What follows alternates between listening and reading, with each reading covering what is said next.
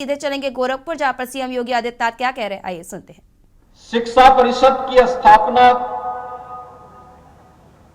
मध्यकाल में विदेशी आक्रांताओं के खिलाफ उस समय भारत की स्वाधीनता के बिगुल को बजाने वाले शौर्य और पराक्रम के प्रतीक महाराणा प्रताप के नाम पर उन्होंने शिक्षा परिषद की स्थापना की। पहली संस्था की स्थापना महाराणा प्रताप के नाम पर ही की, क्योंकि सामने हमें जिस लड़ाई को देश को लड़ना है उनके सामने उद्देश्य भी स्पष्ट हो और उद्देश्य की प्राप्ति का एक माध्यम भी होना चाहिए। माध्यम थे महाराणा प्रताप का शौर्य और पराक्रम। लक्ष्य था देश स्वतंत्र होगा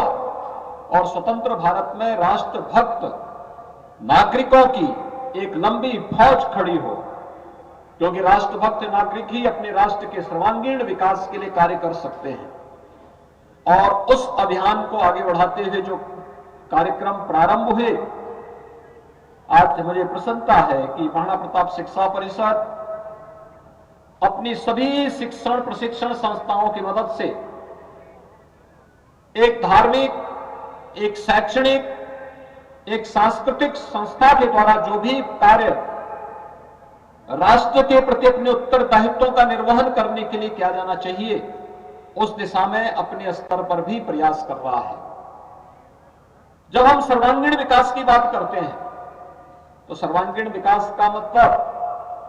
केवल सर्टिफिकेट, डिप्लोमा या डिग्री प्राप्त करना नहीं है, बल्कि अपने पाठ्यक्रम के पर भी उन सभी गतिविधियों का हिस्सा बनना जो हमें भविष्य की चुनौतियों के प्रति सदैव एक नई प्रेरणा और एक नया प्रकाश हम सबके सामने प्रस्तुत कर सके। और इसीलिए महाराणा प्रताप शिक्षा परिषद प्रतिवर्ष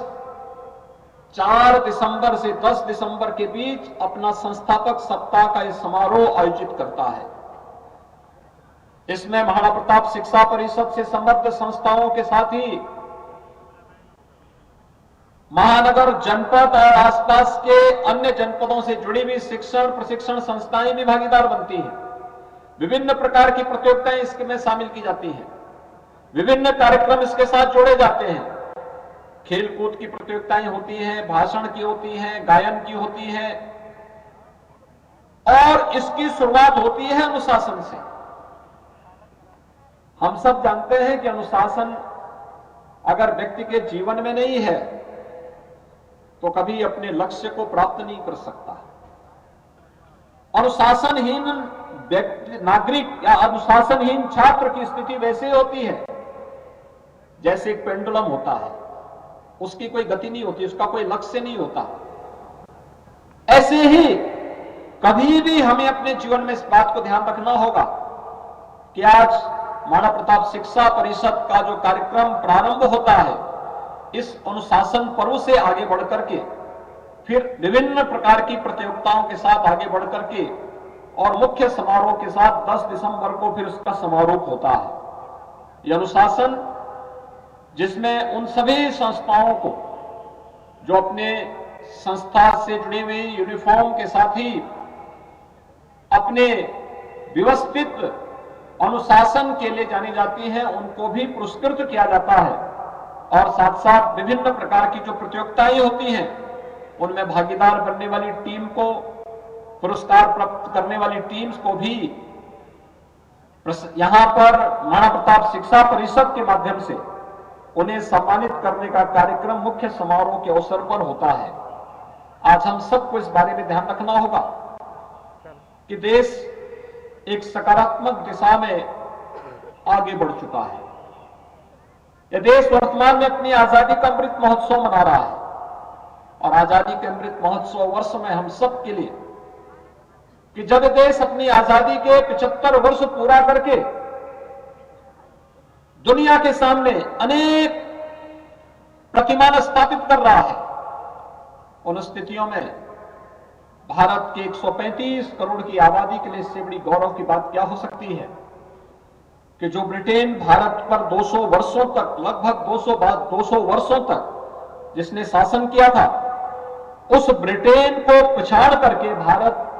दुनिया आज 5वीं बड़ी अर्थव्यवस्था के रूप में अपने आप को स्थापित किया है। जिस दुनिया के अंदर वैश्विक मंच पर बढ़ती हुई भारत की प्रतिष्ठा आज इसका प्रमाण है कि अगर हम चाहें तो अपने देश को और अपने समाज को कहां से कहां की यात्रा पहुंचा सकते हैं। आपने देखा होगा 1 दिसंबर को प्रधानमंत्री मोदी जी ने दुनिया के उन 20 बड़े देशों का, जिनका दुनिया की 80% संसाधनों पर अधिकार है, G20 के देशों का नेतृत्व का अगले 1 वर्ष का दायित्व उन्होंने संभाला है। ये वैश्विक मंच पर भारत की बढ़ती हुई प्रतिष्ठा का और भारत नेतृत्वकर्ता के रूप में अब दुनिया को भी मार्गदर्शन करेगा, उस भूमिका के रूप में आज भारत दिखाई दे रहा है। स्वाभाविक रूप से जब भारत का नेतृत्व भारत को इस दिशा में आगे बढ़ा रहा होगा, उसमें बहुत सारी चीजें हैं जिसको हमें समझने की आवश्यकता है। एक, कोरोना कालखंड में भारत का मॉडल, आपने देखा होगा बहुत सारी ऐसी चीजें हुई कोरोना कालखंड में जिसको, जो दुनिया के लिए यूनिक थी, दुनिया के लिए प्रेरणादायी थी। महामारी के दौरान भी अपने नागरिकों के हितों के संरक्षण के लिए ईमानदारी पूर्वक कार्य किया जा सकता है, यह उदाहरण देखने लायक था। और दूसरा, भारत ने इस दौरान जब दुनिया कोरोना जैसी महामारी के सामने पस्त थी, तब भारत अपने यहां नई नई योजनाएं बना रहा था और उसमें भी किसी भी राष्ट्र के सर्वांगीण विकास की जो सबसे महत्वपूर्ण वो न्यू हो सकती है, वह शिक्षा है। और शिक्षा में राष्ट्रीय शिक्षा नीति को घोषित करके प्रधानमंत्री मोदी जी ने देश के सामने एक बड़ा लक्ष्य भी रखा है। और इस अवसर पर मैं आप सबसे कहूंगा, राष्ट्रीय शिक्षा नीति हम सबको सर्वांगीण विकास के अनेक पथ हमारा प्रशस्त करती है और उस मार्ग का अनुसरण करते हुए, उसको अपनी संस्थाओं में लागू करते हुए, उससे जुड़े हुए प्रत्येक कार्यक्रम को कपाट बनते हुए हम स्वयं के लिए भी